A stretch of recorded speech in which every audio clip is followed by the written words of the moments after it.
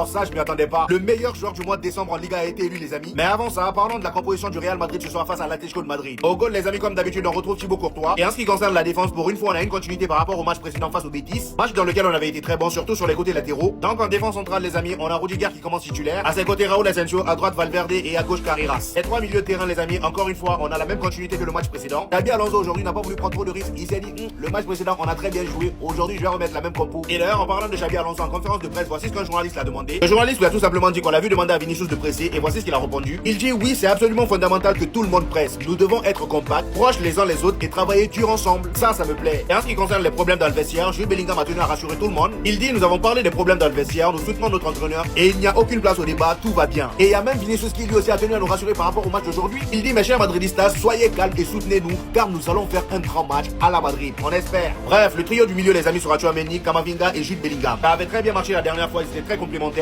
Donc pour aujourd'hui là, je m'inquiète parfois. En neuf, on a Gonzalo Garcia, étant donné que Kylian Mbappé revient de blessure. À droite, on a Rodrigo et à gauche, on a Vinicius. Et d'ailleurs, comme on peut le voir ici, Kylian Mbappé a fait le voyage avec l'équipe. Malheureusement pour lui, cette fois-ci, il n'a pas été élu joueur du mois de décembre en Liga. Et donc Lamine Yamal qui l'emporte.